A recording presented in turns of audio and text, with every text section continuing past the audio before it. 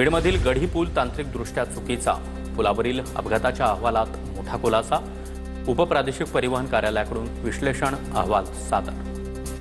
शिवराज्याभिषेक सोहळ्यानिमित्त 6 जूनला सरकारने रायगडवर कॅबिनेटची बैठक घ्यावी। छत्रपती शिवाजी महाराजांच्या राज्याचा आदर्श घेऊन कार्य करण्यासाठी बैठक बोलवावी।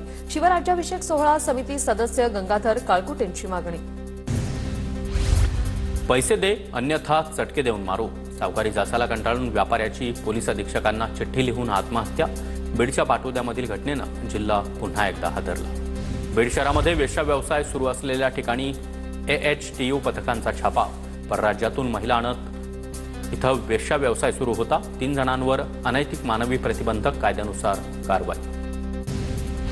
बडतर्फ PSI रणजित कासलेवर बीडमध्ये 2 गुन्हे दाखल। आमदार धनंजय मुंडे आणि संजय शिरसाट यांच्याबद्दल वादग्रस्त वक्तव्य केल्याचा कासलेवर आरोप।